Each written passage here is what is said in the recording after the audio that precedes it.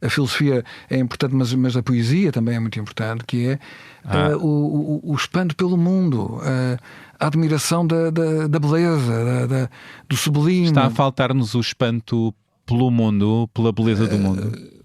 Não lhe parece, Bernardo, e os ouvintes também, que certamente... Quer dizer, nós temos que, para encontrar a beleza do mundo, temos que marcar férias no Jerez ou nos picos da Europa, não é? Tem sítios específicos onde a beleza está lá encaixotada. Não, quer dizer, a beleza do mundo encontra-se nas pequenas coisas, como diz o nome. E andamos mais cegos em relação a isso. A tecnologia ajuda a essa cegueira. Ajuda. Neste momento nós validamos tudo através dos ecrãs, não é? Se calhar temos que voltar a introduzir entre nós práticas de jejum, práticas de recolhimento, caminhadas iniciáticas, coisas deste género, ou seja, rituais que nos obriguem olhar para o rosto que dentro dos nossos silêncios e das nossas omissões também se pode erguer, não é? Ter na gentileza companhia, cabem todos nessa travessia. Fala leve que a delicadeza também se senta à nossa mesa. E ela vem daquele mundo estranho. Quanto mais as palavras bonitas, é nesse encontro que começa no entretanto das palavras ditas. E ela vem daquele mundo estranho, das conversas boas infinitas.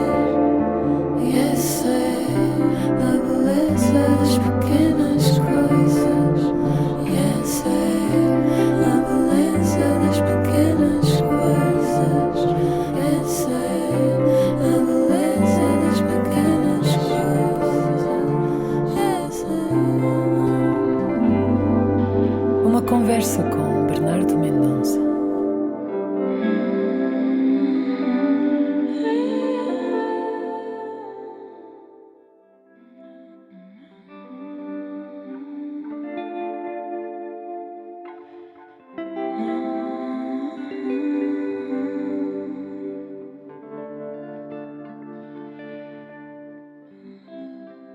O que aconteceu em Ceuta há uma semana, com a entrada ilegal por via marítima de mais de 70 mil marroquinos, é um espelho do mundo distópico e desigual em que vivemos. O caso gerou mal-estar dentro da União Europeia e expôs fissuras políticas entre países e uma crescente instrumentalização da miséria. Certo é que a desinformação é um fogo perigoso que se espalha rápido e que provoca tragédias e consome vidas, geralmente as dos mais frágeis, como os migrantes que lutam pela sua sobrevivência, em especial os mais jovens. Ceuta confirmou que a geração Z foi a mais vulnerável à desinformação espalhada pelas redes de que a fronteira espanhola estaria aberta, junto com falsas promessas. Uma realidade que deixa a segurança e a democracia em sério risco. Por outras palavras, estamos como nunca antes a viver uma verdadeira guerra de informação, em que a mentira, as fake news, são uma arma que chega longe e que faz muitos estilhaços.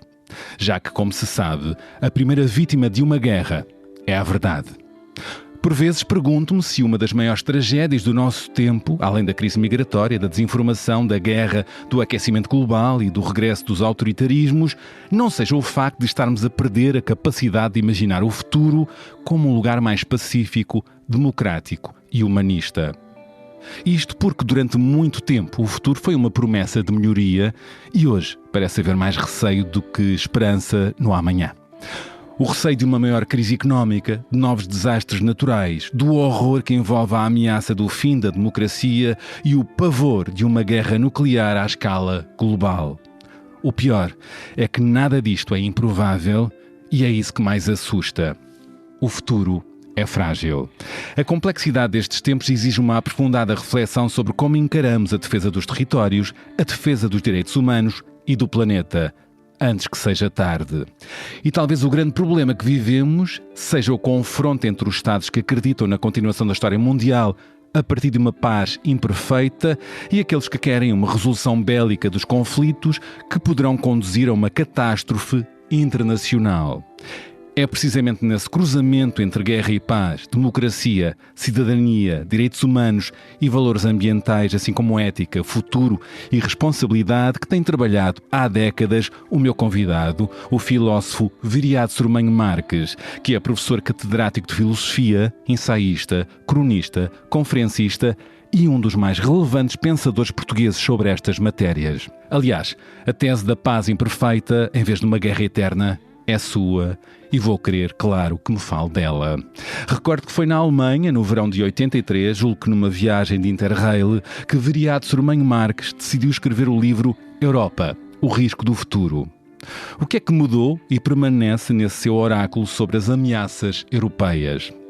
Com um grande histórico enquanto ativista ambiental, é autor de dezenas de livros e ensaios e dedicou boa parte da sua vida a tentar construir pontes para um mundo melhor.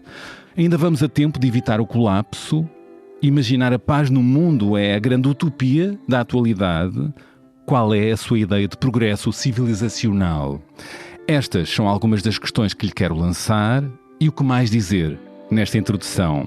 Que Viriato nasceu em Setúbal, terra de Bocage, de Luísa Todi e da Cátia Mazari, a garota não, e que logo muito cedo ganhou o apelo do mar. Sei que nadou longas distâncias, mas foi na escalada de montanha onde se superou mais. Aos 14 anos começou a escalar em rocha e fê-lo com regularidade durante muito tempo, um desporto que lhe valeu grandes experiências e amizades. O que me leva à pergunta: quais são as montanhas metafóricas que tem atualmente Viriato para escalar e superar? Vou perguntar e assim rimar. Bom, vamos ver até onde é que vai esta nossa conversa. É na sala de podcasts do Expresso onde estamos agora. Olá, professor Viriato Sormanho Marques. Bem-vindo ao podcast A Beleza das Pequenas Coisas, neste regresso de temporada. Muito obrigado, Bernardo Mendonça, por este convite fantástico e por esta introdução que me deixa uma grande dificuldade, que é de organizar pelo menos o começo da nossa conversa. Temos não é? tempo para esta escalada destas montanhas e planícies. Vamos conversar? Vamos a isso. Bora. O Expresso tem uma nova subscrição que lhe dá acesso completo ao The New York Times, com atualidade, jogos, culinária e muito mais. E ainda aos conteúdos exclusivos da SIC Notícias, incluindo o Direto Vertical, a nova e inovadora emissão que se adapta ao seu smartphone. Subscreva em expresso.pt/digital. Expresso. Liberdade para pensar. O que aconteceu em Ceuta há uma semana, como eu disse, parece ser um espelho do mundo distópico e desigual em que vivemos. E eu pergunto se esta é mais uma prova de que estamos a viver uma verdadeira guerra de informação à escala global. É um exemplo disso? É um exemplo de alguma coisa que o Bernardo disse na introdução, que é uma situação de erosão de uma diferença básica, que não é apenas uma diferença básica para o jornalismo ou para a ciência, mas é para a nossa própria vida cotidiana, que é a orientação no mundo através da distinção entre aquilo que é empiricamente verdadeiro, a verdade material, e aquilo que é uma ficção, ainda por cima uma ficção construída com uma intenção manipulatória, não é? Nós, de facto, estamos numa situação hoje agudíssima ao nível das manipulações.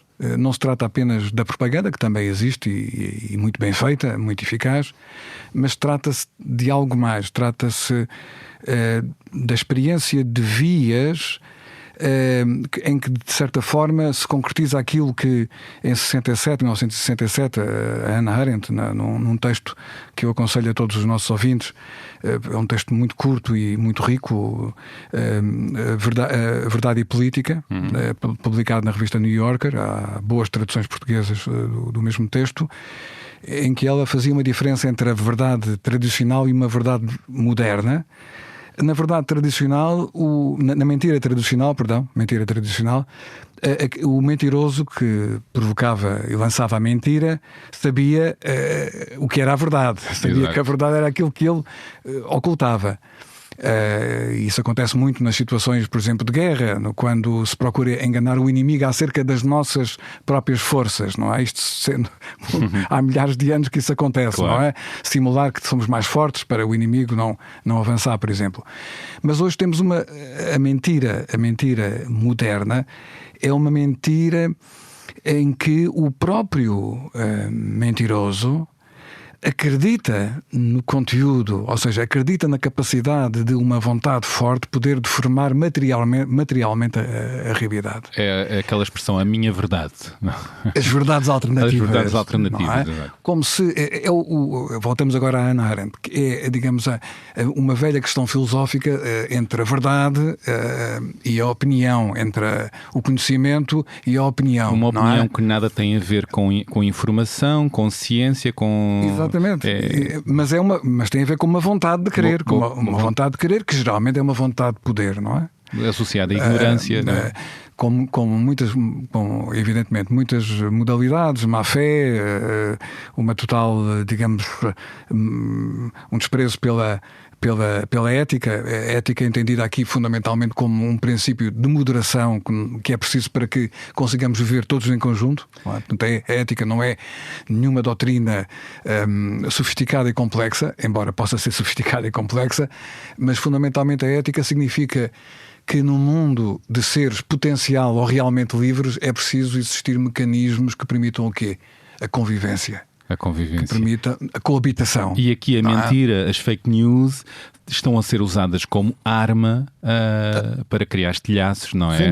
Sem dúvida. E a própria noção de que este mundo é para todos está altamente posta em causa, não é? Portanto, expõe as fragilidades todas e quem é que é mais vulnerável. Veja o exemplo que me parece muito importante não esquecer, que esta guerra contra o Irão começou com o assassinato do líder iraniano e de mais 30 ou 40 ou 50 pessoas num contexto de negociações com os Estados Unidos. Portanto, esta é uma situação verdadeiramente, nem o Maquiavel no Príncipe, quando falava no Sérgio Borgia, não há exemplos de uma coisa desta, não é? E destas. E, no entanto, nós continuamos a nossa vida na União Europeia, com exceção do Pedro Sánchez de Espanha, ninguém teve grandes problemas de consciência contra o facto de o país que se considera líder mundial ter um comportamento com outros países que é baseado fundamentalmente, no fundo, numa desumanização do outro, ou seja, no fundo, numa diabolização do outro. E estamos cada vez mais nesse caminho, e o que aconteceu em Ceuta parece que pode acontecer cada vez mais, não é? Sem dúvida. E claro que Ceuta tem as suas especificidades, não é? Ou seja, Ceuta era alguma coisa que estava no horizonte. Porquê? Porque juntava várias inimizades contra a Espanha e contra este governo espanhol. Tem muito basicamente. Passado. Eu digo crises, catástrofes, conflitos criados por desinformação. Por desinformação e pela utilização da miséria humana. Ou seja, exatamente. Como o ariete, como um instrumento. O desprezo pela vida humana, aliás, que é um dos grandes horrores do presente, não é? Um regresso a este tipo de horror. Falou da Hannah Arendt, ela também olhou para este desprezo, não é? Para nós que somos ocidentais, que estamos aqui no campo do Ocidente, do espaço anglo-saxónico, do espaço europeu, é particularmente chocante ver que a nossa aparente superioridade nesse domínio. A Hannah Arendt também dizia, nesse texto que eu referi, uma coisa muito importante, que é o Ocidente pode ter muitos aspectos negativos, mas somos herdeiros de uma tradição helénica, uma tradição grega, uma tradição literária homérica, e uma das coisas que nós vemos na Ilíada do Homero é o tratamento em igualdade, dignidade igual, digamos assim, dos heróis dos gregos e dos seus inimigos, dos aqueus gregos e dos troianos, não é? Portanto, Aquiles não é endeusado, pelo contrário, ele é bastante humanizado e aparece como um jovem cheio de testosterona, não é?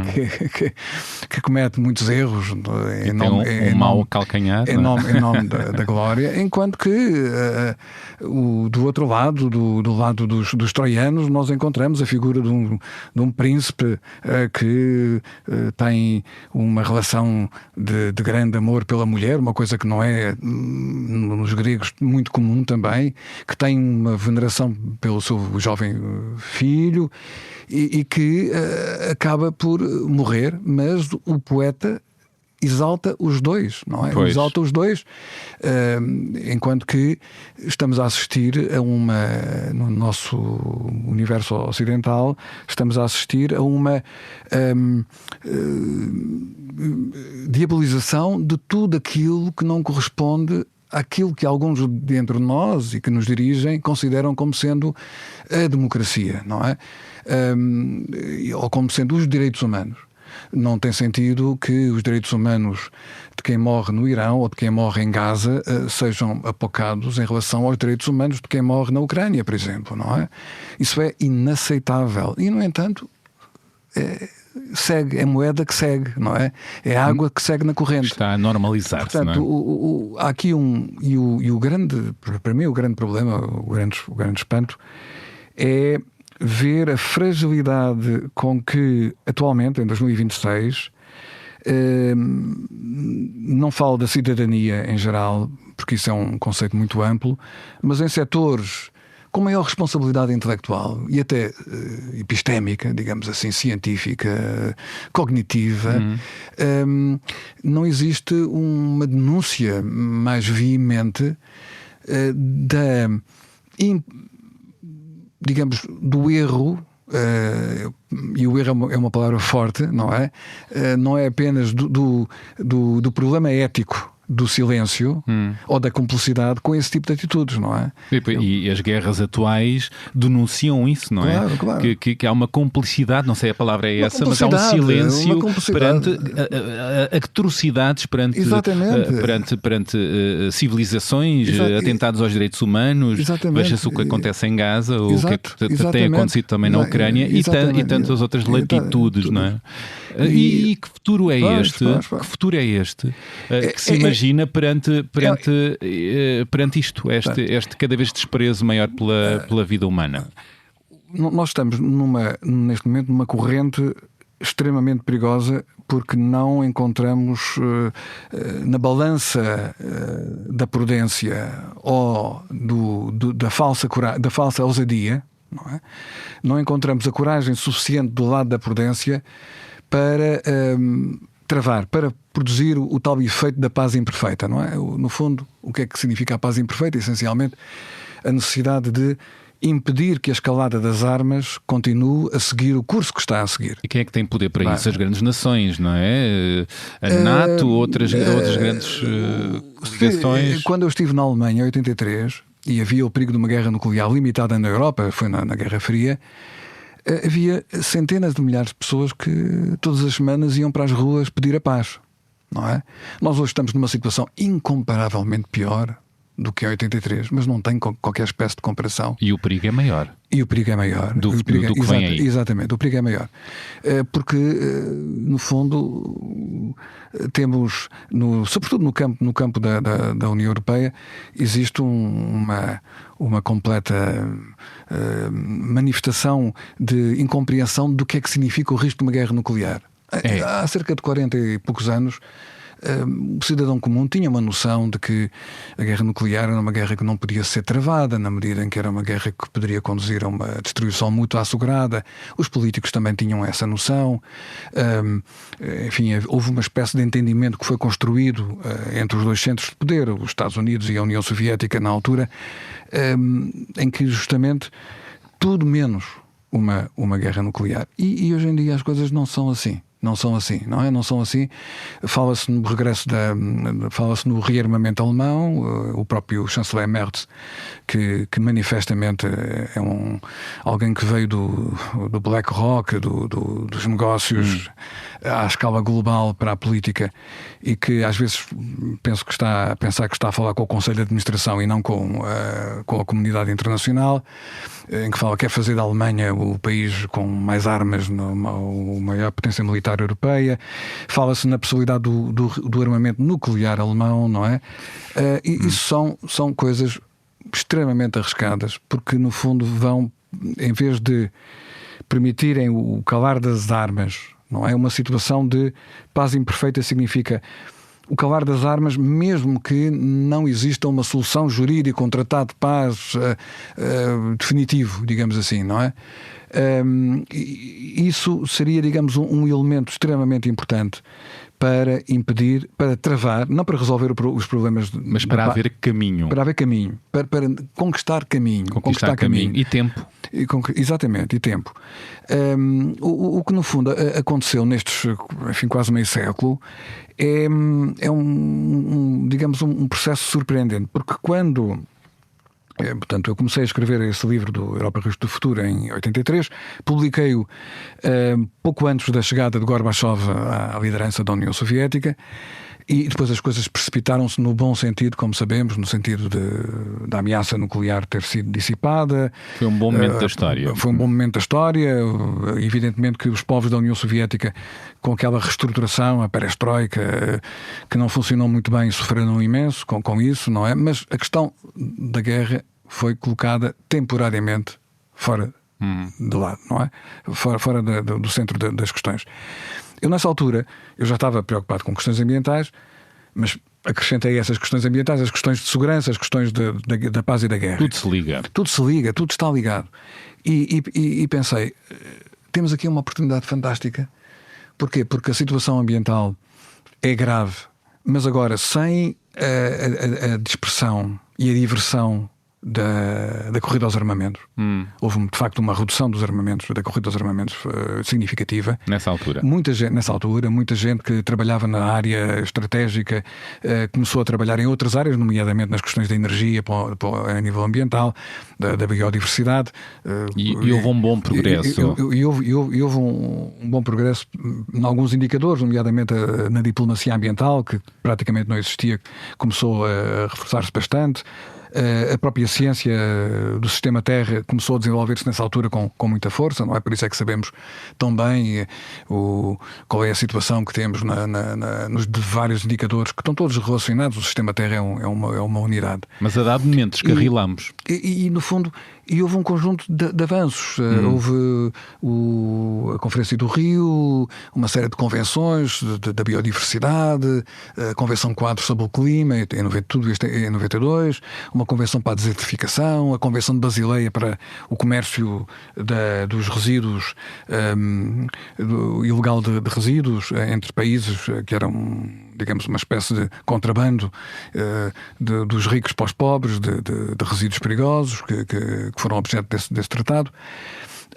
Mesmo no que era já o começo da União Europeia, a partir da Comunidade Europeia, houve um grande investimento na componente ambiental, e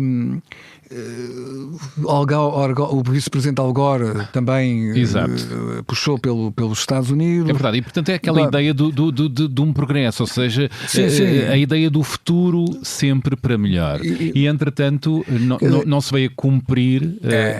Parece que, aliás, a provocação que eu lanço também é... o estado natural do mundo é a iminência da guerra. A questão fundamental é esta. Nós estamos numa fase da história da humanidade em que temos tanto poder acumulado que não nos podemos dar ao luxo de pensar como antigamente. Não podemos, não é? Portanto, isto é uma constatação que começa a funcionar, ou seja, esta ideia básica de que estamos a viver num tempo que é uma singularidade não no sentido dos homens da inteligência artificial, não é? Já lá iremos. Mas numa especificidade que se prende fundamentalmente com o facto de que hoje em dia a capacidade tecnológica a todos os níveis, da humanidade, a nossa capacidade tecnológica de destruir o ecossistema ou de destruir o planeta com armas nucleares ou de provocar acidentes gigantescos, não é? É de tal maneira grande que nos obriga a uma sabedoria, maior consciência, uma sabedoria e uma forma de atuação prudencial que é absolutamente vital. É absolutamente vital. Ao mesmo tempo, o risco da guerra nuclear é grande. É grande. E tem sido ignorado, não? E na verdade, ele só regressa verdadeiramente com esta situação que temos da guerra da Ucrânia, não é? E as ameaças de Putin, não é? Usa a estratégia, não sei se é bluff, mas tem usado muito aquilo a arma. Eu, em relação à questão da guerra da Ucrânia, tenho sempre defendido uma posição que é o seguinte: a culpa é repartida, não há inocentes nesta situação, ou seja... Se bem que há uma invasão. Sim, claro, há uma invasão, mas essa invasão resulta de um processo de décadas de negociações diplomáticas que falharam, não é? E com responsabilidades dos Estados Unidos, na minha opinião, concordo com o John Mearsheimer, o professor da Universidade de Chicago, que é talvez o principal internacionalista hoje, o homem das relações internacionais, que já em 2015 dizia que havia uma responsabilidade americana no que iria acontecer, no que estava a acontecer e no que iria acontecer na Ucrânia, mas também pela incapacidade da Europa defender o nosso espaço geoestratégico e geopolítico. Ou seja, nós, uma das coisas mais, seria, se não fosse trágico, seria naive. É nós termos uma União Europeia que pensa que pode, com sanções, afastar a Rússia do espaço que é o dela, geopolítico, geoestratégico, é a Europa. A Rússia é um país europeu. E nós dependemos todos uns dos outros, não é? Se nós não estamos aqui a falar francês, foi porque Napoleão foi derrotado em 1812. E essa derrota permitiu o quê? Permitiu, por exemplo, a libertação da Alemanha. A Alemanha estava parcialmente ocupada, a Prússia estava dividida ao meio, e no fundo houve as guerras de libertação, não é? Mas tem havido muita ingenuidade da parte da União Europeia a gerir e a tentar mediar o conflito entre a Rússia e a Ucrânia? Não, na verdade a União Europeia nunca mediou. Mediou. Digamos que a Rússia, de alguma forma, porque isto tem várias etapas, não é? Várias etapas. Há 2 ou 3 momentos que são importantes. Há um momento que é 2007, fevereiro de 2007, em Munique, na Conferência de Segurança.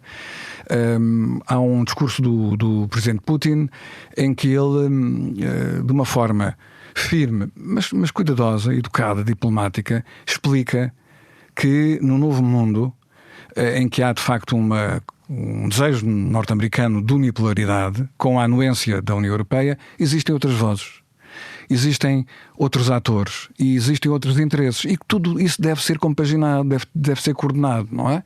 Portanto, nós tivemos, aliás, um artigo muito interessante de um homem que já faleceu e que era, de facto, uma das poucas pessoas em Portugal que pensa em termos globais. Infelizmente, temos poucos pensadores internacionalistas sérios, não é? Temos uma série de repetidores, não é? Mas pensadores a sério, não. Mas o José Medeiros Ferreira. O José Medeiros Ferreira escreveu um artigo no DN. A conferência foi no dia 10 de fevereiro e ele escreveu no dia 20 o artigo, em que ele dizia: vamos ver se isto é um discurso histórico. Ou seja, ele percebeu que era um discurso importante. Pois. Identificou os 5 aspectos principais do discurso e dizia: bom, o futuro dirá se este é um discurso que vai ficar na história ou não. Não é? Porque ele percebia que... Diz uma coisa muito interessante, que é a Rússia acordou de 15 anos de hibernação. Muito interessante esta ideia, pois. Não é? 15 anos, foram os anos do Gorbachev, na fase da autodestruição da União Soviética, depois os anos do Yeltsin, que foram uma tragédia para a população russa, não é? De repente a Rússia voltava, não é? Depois, no ano seguinte, há um outro acontecimento que também contribuiu para tudo isto não estar a correr bem, que foi em Bucareste, na conferência anual da NATO. Os Estados Unidos oferecem a integração à Ucrânia e à Geórgia. A Ucrânia é um país-chave na geopolítica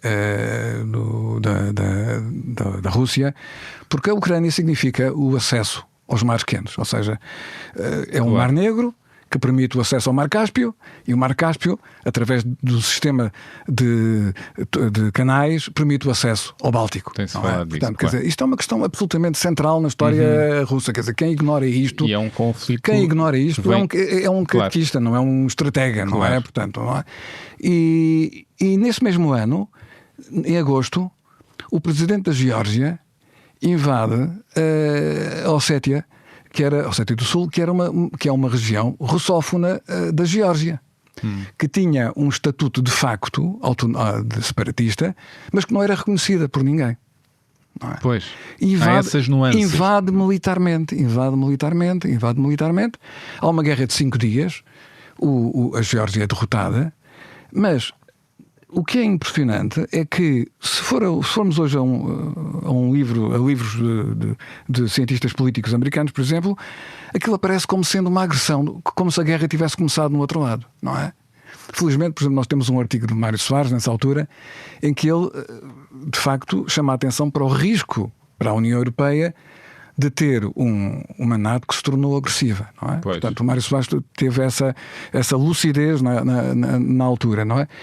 E eu penso que as coisas estragaram-se definitivamente em 2014. Ou seja, em 2014 nós temos o quê? Nós temos o golpe de Maidan, não é? A Praça de Maidan. Pois é, houve ali um massacre. O massacre de Maidan. E isto é talvez, para mim, o exemplo de como é que realmente... Isto em Kiev. Há uma desistência em Kiev. Há uma desistência da verdade. Nós podemos ter muitas interpretações, não é? Agora, a verdade factual é algo que não tem, digamos, uma segunda. Não há dois acontecimentos. Pode haver 3 interpretações, mas não há 2 acontecimentos. Há um acontecimento. E a Hannah Arendt, voltando a Hannah Arendt, ela dizia: podemos ter várias interpretações sobre as causas da Primeira Guerra Mundial. Sim. Mas não podemos dizer que no dia 4 de agosto de 14 foi a Bélgica que invadiu a Alemanha, não? Pois. Foi a Alemanha que invadiu a Bélgica, não é? E neste caso foi a Rússia que invadiu a Ucrânia mais recentemente? Não, em 2014. Sim, claro. Obviamente, o facto é esse. Agora, o facto não dispensa interpretações. Não é? E eu pergunto, porque já sei que afirmou isso também, na sua opinião, além do atentado aos direitos humanos e essa invasão que é sempre condenável, também acha que não foi uma boa estratégia da parte da Rússia e de Putin a invasão da Ucrânia? Quer dizer, isso é uma... Evidentemente porque que... o objetivo não tem sido cumprido. Evidentemente que na minha perspectiva, a guerra é mesmo a última rácio, não é? Portanto, e em qualquer dos casos, a verdade é que houve um processo, logo após a invasão, poucas horas depois, começa um processo negocial. Moscou pede a Kiev para um processo negocial mediado pelos israelitas e pelos turcos, não é? Portanto, que vai durar até abril. E depois é interrompido. Essa história eu penso que é conhecida de toda a gente. Aí há um certo consenso, que foi o Boris Johnson, que veio um bocadinho em representação da NATO e dos Estados Unidos também, dizer que vale a pena continuar a guerra, não é? Portanto, quer dizer, aquele cálculo, certamente que o Putin terá tido, não é? Que Putin terá tido de conseguir manifestar, digamos, o desagrado através de uma invasão. Uma invasão que também teve uma dimensão para o país que é, portanto, muitas vezes há uma expressão que foi usada em todo o lado que era full-fledged invasion, uma invasão total, não é? Havia essa ideia. Total. Mas a verdade é que a Ucrânia é um país com 600 mil quilómetros quadrados. Enorme. Na altura teria perto de 40 milhões, talvez um pouco menos, 30 e tal milhões de habitantes, e as forças, o efetivo militar russo que foi usado, incluindo tropas de apoio, eram 180, 190 mil, não é? Quer dizer, comparemos o que aconteceu, por exemplo, no dia 1 de setembro de 1939, quando a Alemanha invadiu a Polónia, não é? Invadiu com 1,5 milhão de soldados, não é? O território, não é? Portanto, quer dizer, julgo que efetivamente o que houve ali, mas isto é a minha interpretação, depois os historiadores de militares logo o dirão, não é? Que o que se visava era provocar um processo, digamos, de negocial que obrigasse de facto à renúncia à entrada na NATO, não é? Essa que era a questão. Era a questão vital para Putin. Mas desgastou as partes, não é? Muito, não é? Mas agora as coisas estão... Uma guerra começa-se... Sabe-se quando se começa uma guerra, não se sabe como é que vai acabar. E isso é uma verdade... Essa é a grande questão eterna, e não vamos resolvê-la aqui. Mas só para terminar uma coisa, em relação a Maidan, em 2024, o Ivan Katanovsky, um académico ucraniano que vive em Otava, que vive desde antes do fim da União Soviética em Otava, e que durante toda esta década estudou o que aconteceu, ele publicou um livro numa das editoras da Springer, portanto uma editora de referência académica, a explicar o que tinha sido o massacre de Maidan. Ele trabalhou o tema ao longo desta década. É um livro extraordinário que desmente a versão oficial, ou seja, que tinha sido a polícia do regime, que tinha disparado, não é? Portanto, indica... Em complicidade com a Rússia. Exatamente. Desmente completamente essa versão e, por incrível que pareça, a resposta foi um silêncio total, não é? Ou seja, em condições normais, nós teríamos no debate académico, e há tanta gente que ganha a vida a trabalhar em relações internacionais, teríamos pelo menos uma disputa, não é? Agora, o livro está de tal maneira bem escrito, bem fundamentado, que é irrefutável. E, portanto, não é aceitável que se continue a manter uma versão dos factos que não corresponde àquilo que a pesquisa empírica mais rigorosa levou a cabo. Complexidade. Bom, parece-me também que paira aqui no ar, perante o que me disse, que há muitos riscos em extremar e em acicatar a Rússia com as sanções e tudo, porque há riscos grandes em extremar a guerra com a Rússia, não é? Sim, quer dizer, no limite, o risco que nós temos aqui e eu interrogo-me também até que ponto é que já não temos falado nos dirigentes políticos, não é? Portanto, mas os dirigentes políticos também têm os Estados-maiores, também têm os seus chefes de Estado maiores. E no último ano e meio, eu tenho ficado surpreendido pela quantidade de generais de alta patente. Estou a pensar, por exemplo, no comandante das Forças Armadas francesas, nomeado por Macron, que fazem afirmações que para mim são verdadeiramente espantosas, porque falam da possibilidade ou quase da inevitabilidade de uma guerra com a Rússia, como desconhecendo completamente as doutrinas que existem no outro lado. Ou seja,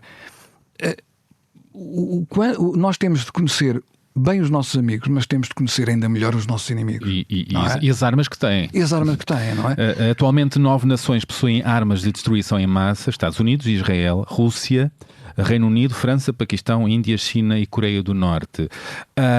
E estas ameaças e esta nuvem pesada do uso das armas nucleares, se for usado, as consequências, dir-me-á, mas as consequências no fundo é quase o fim do planeta, não é? Habitável, não é? Porque aniquilava boa parte da população mundial. Não é? Quer dizer, haveria dois tipos fundamentais de consequências. Umas que seriam sentidas na zona, digamos, da deflagração, a zona de teatro, onde o conflito fosse travado. O conflito seria muito rápido, não é? Seria, no fundo, a explosão dessas armas nucleares, com os efeitos destrutivos imediatos, e depois haveria um segundo efeito de longo prazo, que esse aí seria planetário, que seria a contaminação da atmosfera com os isótopos. Eu já estou a falar da contraofensiva, não é? Sim, essa guerra do mundo. Seria de um lado e do outro. Claro, essa guerra do mundo já criava dizimava milhões, largos milhões, e depois era o impacto seguinte. Claro, não é uma coisa tão absurda. Era quase o fim da vida no planeta, não era? Era sobretudo um fim da ideia do Homo sapiens como um ser racional, não é? Porque há um dos últimos discursos do JFK, do presidente Kennedy, por acaso foi um discurso que ele até fez na capital, numa universidade em Washington, 10 de junho de 63, no ano em que ele foi assassinado. Depois, ele tem uma passagem muito interessante acerca da destruição mútua assegurada. Atenção, ele meses antes tinha passado pela crise dos mísseis de Cuba, Pois. com o Khrushchev, de cerca de 14, 15 dias em que houve ali a possibilidade de um confronto direto entre as duas grandes potências nucleares da altura, e ainda hoje. E ele dizia: nós, quando há um conflito entre as duas potências nucleares, nós temos de encontrar uma situação que não coloque nenhuma delas encostada à parede e, portanto, tentada, digamos assim, a responder de forma desesperada, não é? No fundo, a ideia de que temos que encontrar uma solução fundamentalmente diplomática e política. Portanto, essa é que é a questão, não é? A resposta não é o superarmamento, nem é a guerra. A resposta é a diplomacia e desarmamento. O rosto das guerras atual está marcado, não é, atualmente, com estas ameaças das armas nucleares. Sim, portanto, sem dúvida. Como nunca antes, Sem não é? dúvida. Esta ameaça, perante o que me diz, é algo contraditório, não é? Esta ameaça é uma ameaça vã ou uma ameaça real? Porque, sabendo nós que punha em causa a vida no planeta, não interessa a ninguém, não é? Sim, no entanto, há durante a Guerra Fria também trabalhou-se muito a questão dos cenários de uma guerra nuclear. Pessoas como o Herman Kahn, o Thomas Schelling, analistas americanos que trabalharam estes temas, desenharam, por exemplo, cenarizações. Eu julgo que era o Thomas Schelling que o escreveu, que num cenário de conflito, entre o início do conflito e o final do conflito, podiam existir 44 graus. Portanto, uma escalada com 44 graus, não é? Ora, para isso é preciso estudar a doutrina do potencial inimigo, ou seja, qual é a doutrina de uso.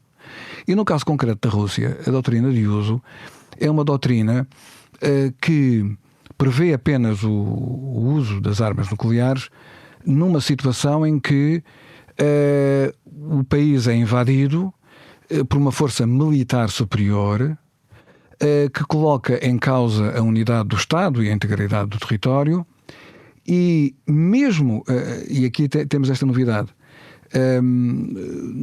o uso de armas nucleares poderá ser feito mesmo contra forças convencionais, desde que essas forças convencionais sejam esmagadoras e estejam a atingir, digamos, o objetivo, não é?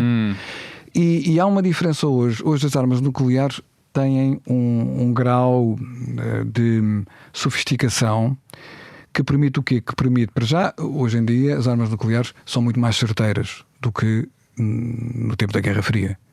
Há uma coisa que se chama o erro circular provável, que indica, digamos, o maior ou menor a precisão das armas, e isso permite o quê? Como as armas são muito precisas, imagina um míssil que atinge um alvo a 3.000 km com uma margem de erro de 5 metros. E viajam rápido. E viajam muito rápido. Aliás, atravessam oceanos, não é? Os russos estão de facto também à frente nesses domínios.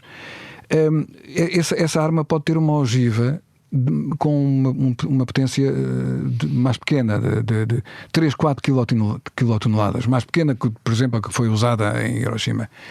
Portanto, o arsenal nuclear não é uma coisa única. Tem um conjunto de matizes que, de certa forma, paradoxalmente, favorece a possibilidade do seu uso. Pois. Porquê? Porque, de facto, como é mais maleável, as armas nucleares táticas, numa situação de desespero, de situação de perda de terreno no plano convencional, pode acontecer que um país, neste caso estamos a falar da Rússia, e também de acordo com a doutrina que todos os outros países devem conhecer, possa usar essas armas, não é? O futuro é frágil, não é? É mesmo frágil. E eu pergunto-lhe já se perante isto tudo que acaba de dizer, tenebroso, não é? O que se pode esperar, de certa maneira, ou que pode acontecer, é mais cético ou otimista perante o futuro para o mundo? Eu acho que nesta fase em que nos encontramos, o otimismo é uma palavra dispensável. Bem, não é? sei. Nós precisamos de lucidez esclarecida, e precisamos de uma vontade firme, forte, não é? Ou seja, precisamos de... Era o António Gramsci que tinha um jogo de palavras interessante, que nós precisávamos de ter uma lucidez cética, mas uma vontade entusiasmada, não é? Ou então, se quisermos usar o binómio otimismo-pessimismo, temos que ser pessimistas na razão e otimistas na vontade.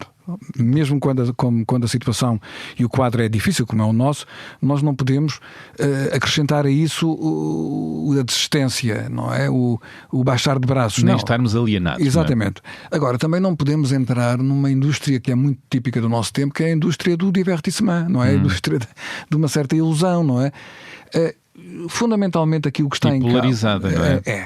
E sobretudo também a ideia de criar uma escapatória, uma evasão, não é? Portanto, que é uma coisa muito da condição humana. O grande Pascal, o Blaise Pascal, nos seus pensamentos tem uma reflexão muito interessante acerca do modo como as pessoas se divertem, a expressão é divertissement, para não pensarem nas coisas mais pesadas, no sentido da vida, a morte, etc. Bom, não é? A verdade é que nós precisamos de sonho, nós precisamos de horizonte e até por isso precisamos de divertissement. Também precisamos. Mas E eu lanço aqui mais uma acha para esta bela fogueira de conversa, que é: se concorda que uma das tragédias atuais é que estamos a perder a capacidade de imaginar o futuro, esta ideia de imaginar o futuro como um lugar mais pacífico, democrático, humanista, onde um lugar onde queremos morar, não é?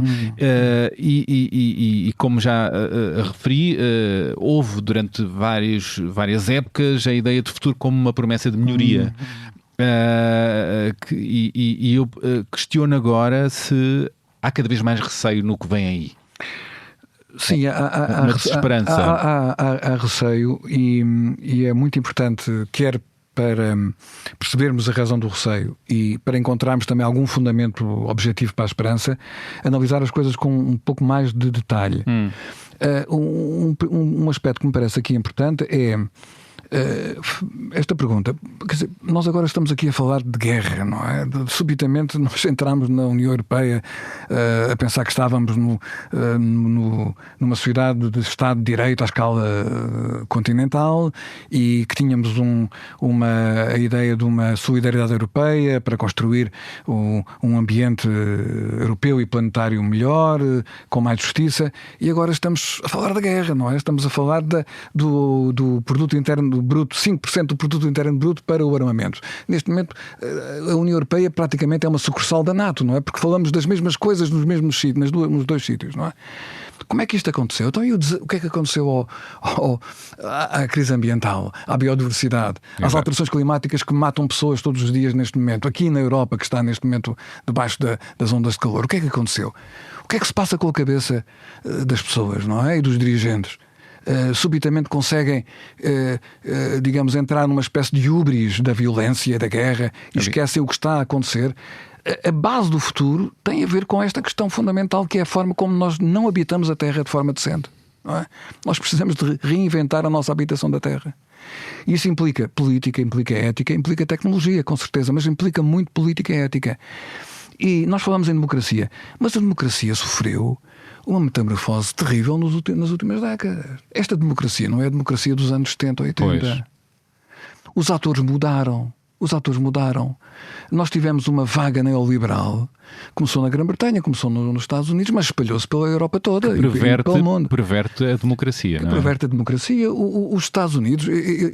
Eu dei-me ao trabalho durante muitos anos, dei cursos de filosofia política baseados na interpretação da filosofia política do direito, da experiência americana. Ou seja, análise da Constituição, da história americana...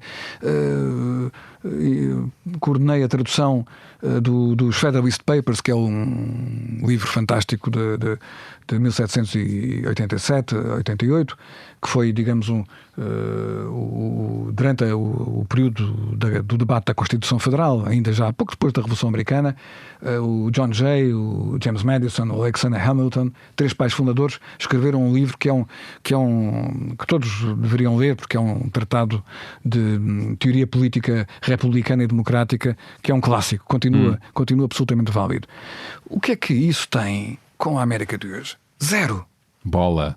Zora, não tem nada, não é? Ou seja, checks and balances, o respeito pela decisão do Supremo Tribunal e o respeito pela magistratura dos tribunais federais, pela ciência, não é? O Trump o Trump é a antítese disso tudo, não é? Mas o problema é que o que nós temos hoje nos Estados Unidos é de facto uma oligarquia, ou seja, é a tomada do poder político por uma elite económica que ela própria representa 30%, 40% do produto interno bruto. Mas vivemos este tempo no mundo, não é? No mundo, não é só nos Estados Unidos. Os grandes populistas, os grandes autocratas, oligarcas que estão a tomar os poderes e a ganhar mais poder no mundo. Não é? E há de facto uma pequena franja da população que tem as suas redes de contacto, tem as suas formas de comunicação, tem as suas conferências, não é? E que atua efetivamente como constituindo uma unidade política que é transnacional. E isso é, na minha perspectiva, um travão fundamental à questão do futuro, não é? À questão da navegação do futuro, não é? Isso explica a razão porque é que uma parte importante do ativismo que nós temos hoje, visto que também há muita passividade, não é? Muita passividade, encontra-se nos setores das gerações mais jovens, não digo futuras porque já cá estão, não é? E mais esclarecidas, mais escolarizadas, conscientes, que, nomeadamente no combate às alterações climáticas, têm feito um pouco por todo o mundo ações, algumas delas que são consideradas demasiado rebeldes, etc., mas que são um sinal de vida, são um sinal de que estão a lutar pelo futuro, não é? E há muitas pessoas com responsabilidade, opinion makers, líderes políticos e governos que são extremamente condescendentes sobre estas manifestações de jovens que defendem a possibilidade do futuro, e o fim a muitas guerras também. Aliás, estas camadas mais jovens no mundo associam estas duas bandeiras. E fazem bem, o fim do massacre em Gaza, o fim das guerras e a consciência às alterações climáticas. Claro. É um processo que está totalmente entrosado, as questões da biodiversidade, as questões da energia, as questões da alimentação, da segurança alimentar, da água, dos oceanos, a acidificação dos oceanos. As questões da tecnologia. Eu quero ir aí, exatamente. Que é a pergunta principal que pode virar a página aqui da nossa conversa, que é: qual é a sua ideia de progresso civilizacional? Pensando na tecnologia, pensando que meteram-nos na cabeça que a tecnologia e este novo mundo virtual e da inteligência artificial, este tempo cada vez mais acelerado e consumista, é sinónimo de progresso, de boa evolução, de melhor qualidade de vida. Mas eu pergunto, será mesmo assim? A tecnologia é a nossa fonte principal de esperança? É sempre a porta de entrada para o futuro ou para um melhor futuro? Ou devíamos abrandar, parar de insistir nessa tecla da tecnologia, de mais inteligência artificial, de mais máquinas a fazer por nós, e um certo deslumbramento Há um deslumbramento tóxico perante a tecnologia? Neste momento, sem dúvida que sim. Quer dizer, não começou só agora, mas hoje em dia está acho que a expressão tóxica está perfeitamente correta. Particularmente na inteligência artificial. Tenho escrito pouco, mas alguma coisa, mas pouco, porque quero perceber o que é que se passa, não é? Mas tenho seguido alguns dos principais atores na inteligência artificial, quer empresários, quer também pensadores. O Geoffrey Hinton, por exemplo, ganhou um prémio Nobel em 24 ou 25, aliás, da Química, que é uma das vozes mais críticas do que está a acontecer e um dos pioneiros da inteligência artificial. E digamos que o que vemos de um lado é um lado da prudência, é, digamos, a voz daqueles indivíduos, daquelas personalidades que investiram, estudaram durante décadas sobre esta área e de repente começam a ver que estamos a construir alguma coisa que corre o risco de nos ultrapassar. Ou seja, não é uma máquina como as outras. Aliás, todas as máquinas são complexas, mas estamos a falar de um agente. Estamos a construir um alter ego, não é? A verdade é essa, não é? Estamos a construir, de certa forma, um super-homem, não é? Portanto, a inteligência artificial é uma espécie de super-humanidade. Isso pode voltar-se contra nós. Não tem nada... Claro que o brinde, não é? São sempre as coisas boas. Os impactos que pode ter positivos na saúde, a facilidade que nos dá em alguns aspectos da orientação na nossa vida, da organização. Muitos falsos brindes imediatos, não é? Exatamente. Porque parece que estamos a trabalhar cada vez mais em pouco tempo, não é? Na verdade, as grandes vantagens da inteligência artificial, parece-me que as grandes potências, quem as cria é quem ganha, ou as grandes empresas, porque os trabalhadores não ganham muito com isso. Nem ficam com mais dinheiro, nem ficam com mais tempo. Está a acontecer já, ainda estamos no princípio do processo, o despedimento dos próprios trabalhadores das grandes empresas da IA. Anuncia-se os próprios.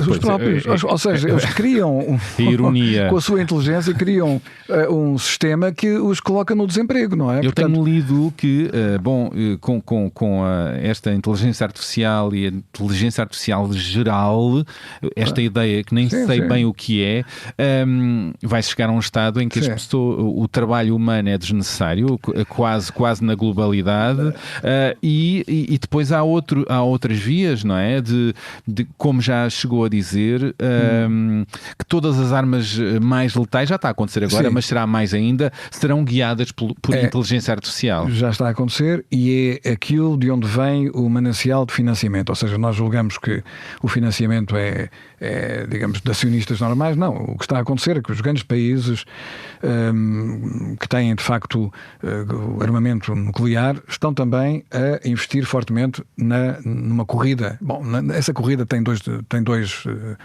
países protagonistas, os Estados Unidos e a China, não é? E os Estados Unidos estão muito avançados e colocando os Estados Unidos face à Europa, eu tenho lido não tem comparação. Nós estamos fora.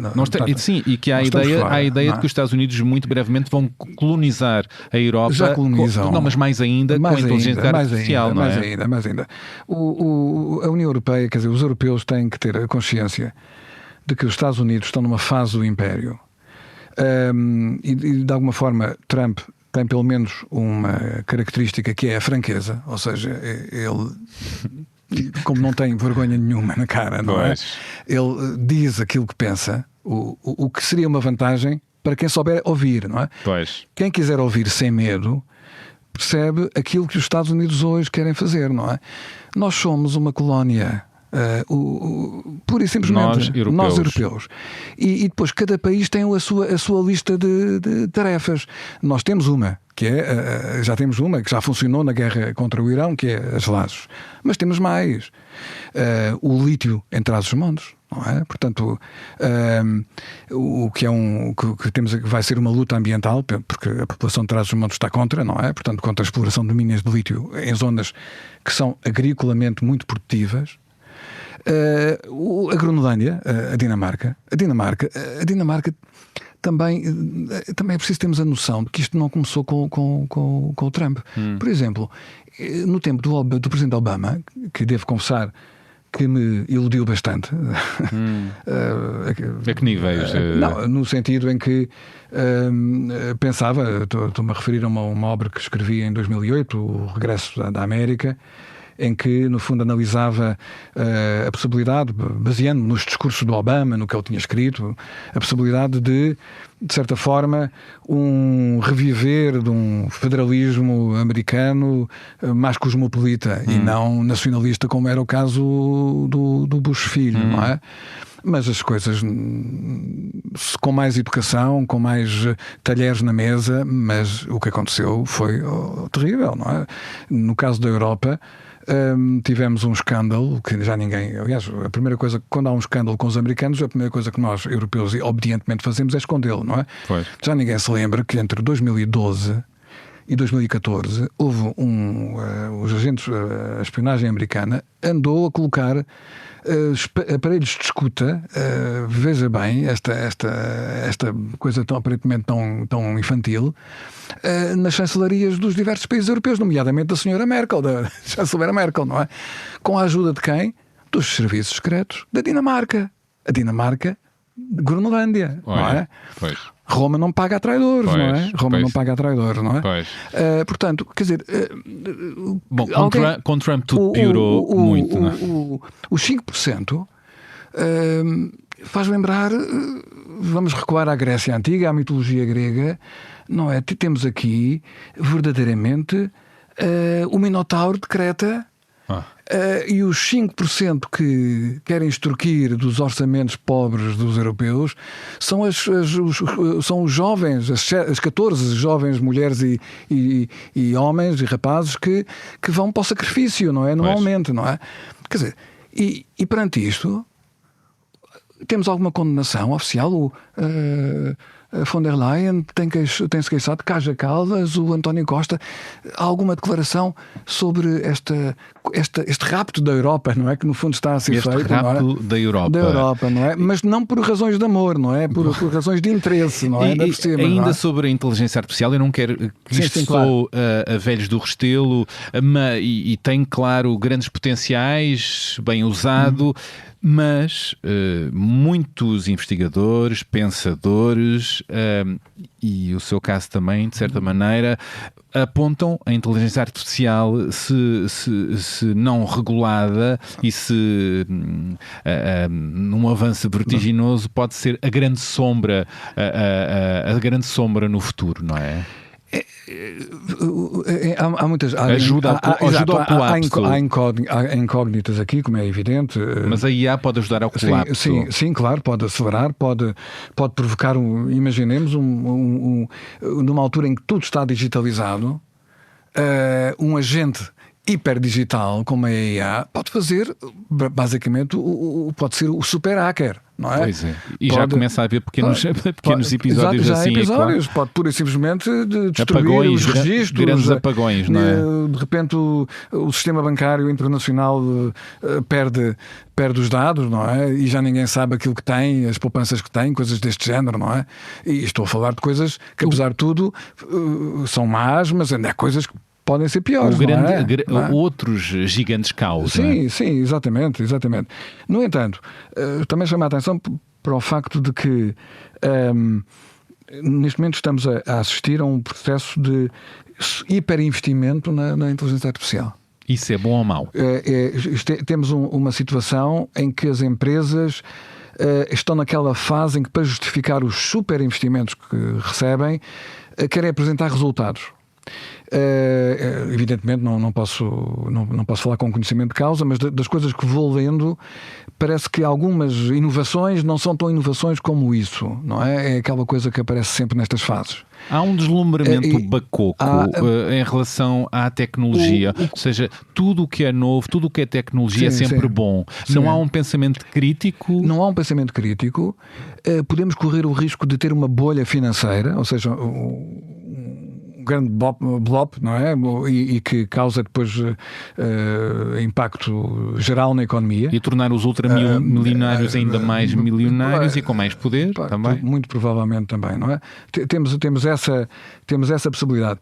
Há um autor que eu gosto bastante, o Jaron Lanier, que defendo a tese de que todos os campos onde nós investigamos e criamos tecnologia têm um teto de inovação, ou seja, um teto de complexidade, a partir do qual nós não podemos avançar. Não é? Que teto é esse? Pois, exatamente. No digital, esse teto está sempre a recuar, não é? Pois. Mas eu acredito que provavelmente também tem, não é? Quer dizer, não há nada que não a não ser que tenhamos uma visão teológica sobre a inteligência artificial. Atenção, há gente que tem. E é o vale tudo. É que aqui parece que é o vale tudo. Há autores que defendem a ideia que o que nós estamos a fazer é criar Deus. Não é? O Deus é a IA mais avançada. Exatamente. É o novo Deus. Seria a superinteligência. É o não novo Deus. Seria a superinteligência. Mas aquilo que me parece aqui, e o Bernardo falou nisso, e em 2023 houve nos Estados Unidos 2 manifestos que surgiram quase ao mesmo tempo, um em março e outro em maio, que apelavam justamente a uma regulação da inteligência artificial. Aliás, apelavam a uma moratória da inteligência artificial. Vale o que vale, evidentemente que as pessoas que assinaram sabiam que estavam, de certa forma, a ser piedosas, não é? Porque na medida em que os atores estão numa competição que não tem limites, não é? Que não tem regras, seria muito difícil que isso ocorresse, não é? Mas, pelo menos, eu julgo que o que está a acontecer a esse nível nos deve fazer pensar, voltando à sua ideia de progresso, o que é a ideia? O que é o progresso? O que é o progresso? O que é uma boa vida? Uma vida boa, não é? O que é isso? Andamos iludidos. Uma vida boa tem de passar por elementos que os extravasam, ultrapassam a tecnologia. Às vezes é desacelerar. Porque é que nós... Não. Porque é que nós gostamos de ler o Platão, o Aristóteles, o Hesíodo, o Homero? Esses homens viveram numa época em que eles consumiam na sua vida, consumiram em termos energéticos aquilo que nós hoje, qualquer cidadão de classe média consome numa semana, não é? Portanto, e produziram obras imortais que chegam até nós. Qual é o segredo que eles tinham? Não é? Apostavam numa vida que não tem forçosamente, exclusivamente uma ligação em termos materiais, físicos. Ou seja, a qualidade de vida. O John Stuart Mill tinha uma expressão muito interessante que era The Art of Living. Eles tinham tempo para pensar, não é? Não andavam agarrados a telemóveis e num aceleramento desumano, não é? Que não é humano, exatamente, não é? E tinham tempo para pensar, para ler, para refletir. E valorizavam o que estava à volta, ou seja, valorizavam, é uma coisa aí. A vida. A filosofia é importante, mas a poesia também é muito importante, que é o espanto pelo mundo, a admiração da beleza, do sublime, não é? Do belo. Nos falta perfeitamente. Está a faltar-nos o espanto pelo mundo, pela beleza do mundo. Não lhe parece, Bernardo, e os ouvintes também, que certamente, quer dizer, nós temos que, para encontrar a beleza do mundo, temos que marcar férias no Jerez ou nos picos da Europa, não é? Tem sítios específicos onde a beleza está lá encaixotada. Não, quer dizer, a beleza do mundo encontra-se nas pequenas coisas, como diz o nome. E andamos mais cegos em relação a isso. A tecnologia ajuda a essa cegueira. Ajuda. Neste momento nós validamos tudo através dos ecrãs, não é? Portanto, para é preciso ser validado pelos ecrãs. Uma coisa que eu nunca me canso de comparar, à medida que os anos passam, é cada vez que entro num metro, seja em Lisboa, seja noutra cidade europeia ou do mundo, onde vá, ver a quantidade de gente que está a olhar para um ecrã.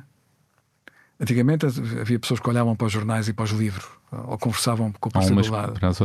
E hoje em dia nós vemos casais, famílias, que cada um tem o seu ecrãzinho e vai validando, não é? E estamos apenas num processo inicial, não é? No início de um processo. Isto é evolução ou regressão? Eu acho que isto é é mais um desvio, um desvio de rota, não Há é? um limbo, não é? É mais um despiste, não é? Estamos aqui numa zona perigosa de despiste, não é? Todavia, eu julgo que as coisas não começam agora, são totalmente visíveis hoje. Porquê? Porque de facto temos essa desmesura entre a contradição ou o abismo entre aquilo que nós temos capacidade de saber e de decidir e aquilo que nós podemos fazer, não é? Ou seja, nós podemos fazer coisas que não devemos fazer, mas podemos fazer. No passado, a grande procura da humanidade, daí a tecnologia, era tentar fazer mais coisas do que aquelas que se podiam com a tecnologia da altura. Não é? E nós hoje temos o problema inverso, que é como é que nós construímos uma sociedade em que, através da organização política, da ética, da educação, do diálogo, enfim, da cultura, nós conseguimos aceitar que muito daquilo que nós podemos fazer não devemos fazer. Pois, é preciso uma consciência. Não é?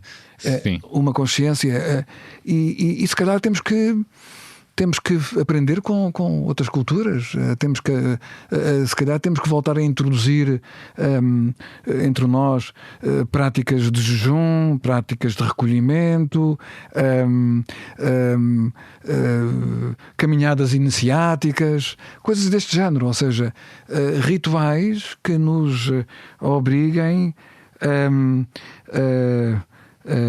a olhar para o rosto que dentro dos nossos silêncios e das nossas omissões também se pode erguer, não é? Verdade. Esperemos não ter que aprender com o colapso.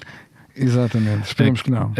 Queria falar ainda do conceito de grandeza humana, um conceito que tem escrito, e vou citá-lo, e queria que aprofundasse um pouco mais, que é, escreveu o seguinte: não concebo um mundo habitável sem grandeza. Ela é o equivalente ético do sublime natural. É um bem escasso, numa era de mercado onde tudo se troca e vende. A grandeza implica a unidade de predicados fundamentais. Um canalha inteligente é, antes de mais, um canalha. A grandeza que suscita admiração implica sempre a combinação entre o gênio, a generosidade e o distanciamento de si próprio. Fecho aspas. E eu pergunto se atualmente o mundo está a ser, mais do que tudo, governado por grandes canalhas. Bernardo, que isto é Bernardo, e no entanto, o mundo move-se, não é? Claro, o mundo move-se. O mundo também, há um governo invisível do mundo também. O invisível aqui não, geralmente utiliza-se a expressão governo invisível para falar de qualquer coisa de poderoso e de obscuro. Neste caso eu estou a falar do governo invisível mais humilde e mais orgânico, que é as famílias, as pessoas que trabalham, que educam, as pessoas que cumprem as regras, que pagam os impostos, que são generosas com os outros, que a quantidade de boas coisas que nos acontecem na vida. Eu, por exemplo, tenho uma cabeça no ar e passo a vida a perder tudo, carteiras e outras coisas, e acho que nunca, apesar de já ter uma idade avançada, acho que nunca, na verdade, nenhum desses objetos se dissipou. Portanto, a generosidade a mim comove-me. Acho que nós nas grandes cidades estamos preparados sempre para o oposto. Mas acontece que mesmo nas grandes cidades também existe. Não, por isso, mas continua a comover-me. Comove, sem dúvida. E comove porque faz parte da grandeza, ser generoso. Há coisa mais grandiosa do que fazermos alguma coisa pelo próximo. Claro que há uma generosidade fundamental, que é a generosidade das mães, não é? Portanto, eu penso que não é por acaso que há cultos marianos, não é? Não é por acaso que o catolicismo tem uma superioridade sobre sobre o protestantismo, porque tem esta dimensão mariana que os protestantes esqueceram, não é? E atenção, está a falar um agnóstico. Está a falar com outro agnóstico. São dois agnósticos em estúdio. Aliás, podia dar um nome de um podcast, não é? Exatamente. Falam sobre religião. Exatamente. Falam sobre a fé. Acho que tinha que haver este twist. E esta frase é muito, a meu ver, valiosa. Um canalha inteligente é, antes de mais, um canalha. É verdade. Desenvolva a sua questão. Não, eu acho que é bastante demonstrativa, não é? Eu bem sei. Tem. A inteligência não é neutra. A inteligência não é neutra. Não é um valor só em si, não é? Há outros predicados. Há outros predicados. A inteligência, eu acredito que a inteligência... Pode ser para usar o mal, não é? Exatamente. A inteligência tem de estar ao serviço de causas que a predicam, ou seja, uma inteligência faz parte da grandeza a partir do momento em que se coloca ao serviço de uma causa nobre, que a enobrece. Agora, por exemplo, o Oppenheimer e o Edward Teller, para dar 2 exemplos, não é? De homens ligados à bomba atómica. É um bom exemplo, não é?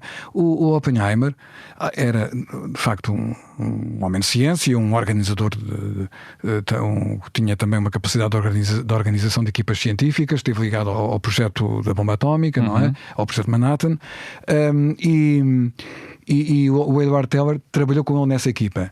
Mais tarde, o Oppenheimer cai em desgraça porque ele começa a levantar as questões éticas do uso das armas nucleares e ele procurou impedir a criação da segunda geração de armas nucleares. Portanto, as armas nucleares que caíram por cima dos japoneses em Hiroshima e Nagasaki eram armas baseadas na cisão, na fissão do urânio, do urânio.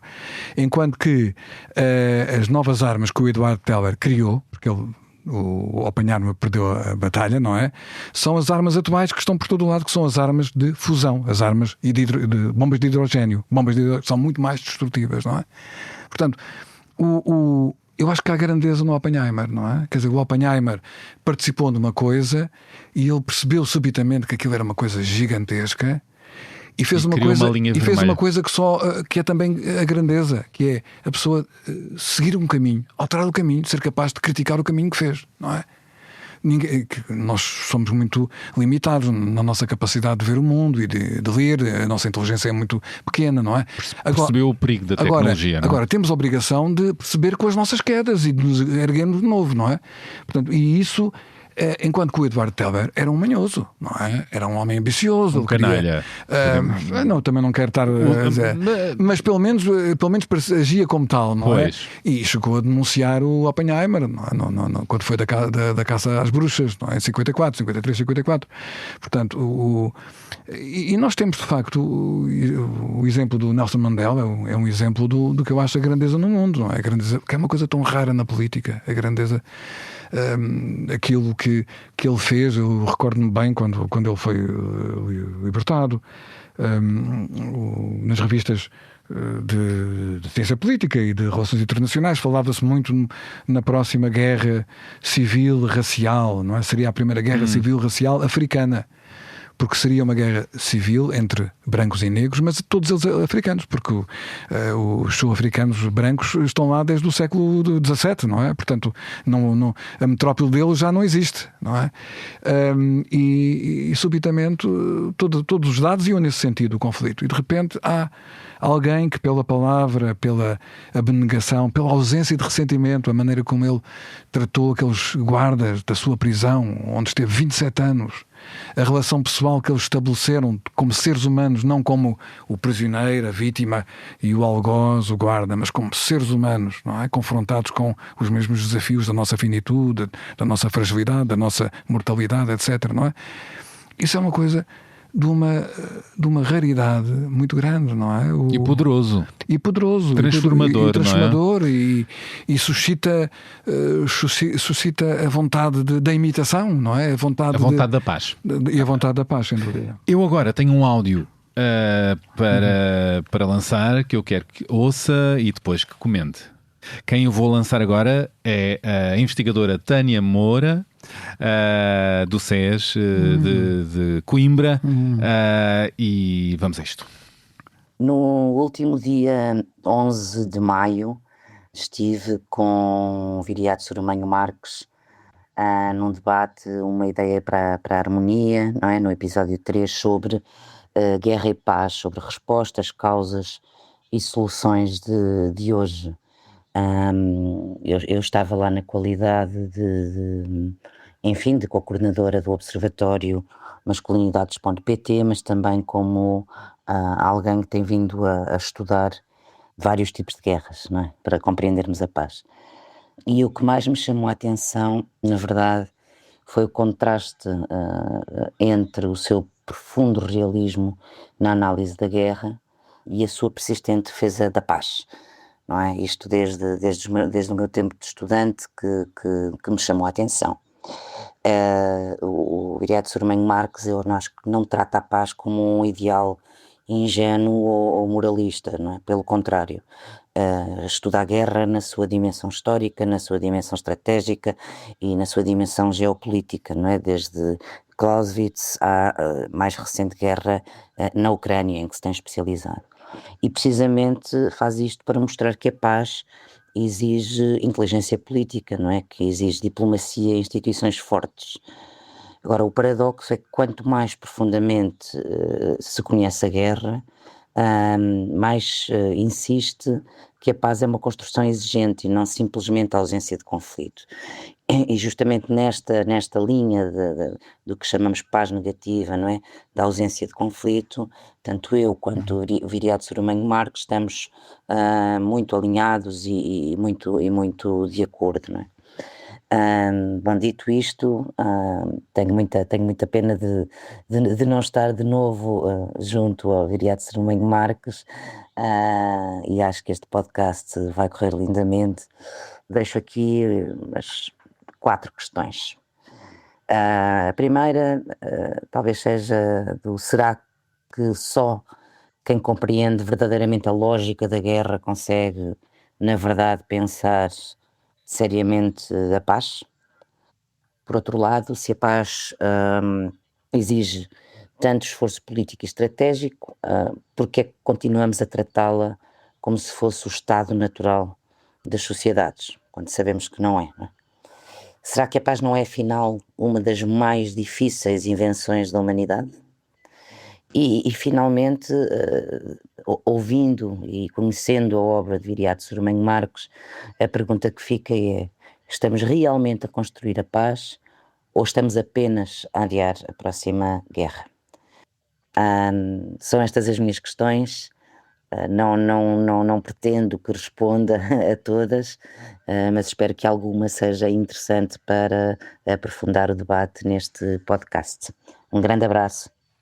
Pois é, acabámos de ouvir a investigadora do Centro de Estudos Sociais da Universidade de Coimbra, Tânia Moura, que é também a co-coordenadora do Observatório Masculinidades.pt, que aqui deixa o seu olhar e admiração sobre o professor Viriato Sormanho Marques, nomeadamente pela forma como analisa com realismo a guerra e persiste na defesa da paz. E a esse propósito, deixa-lhe 4 boas perguntas que eu pretendo que responda. Nomeadamente, deixa-lhe esta provocação: será que a paz não é, afinal, uma das mais difíceis invenções da humanidade? Vamos ouvir a resposta de Viriato Sormanho Marques na segunda parte desta conversa, onde vamos ter a oportunidade de ouvir os textos que trouxe para ler, sabermos as músicas que o acompanham e talvez regressarmos ao tempo em que fazia grandes travessias no mar e que escalava montanhas e descobria a Europa através do Interrail. Também o fiz. Isto e o que mais surgir na segunda parte para ouvirem a partir da manhã deste sábado. Boas escutas.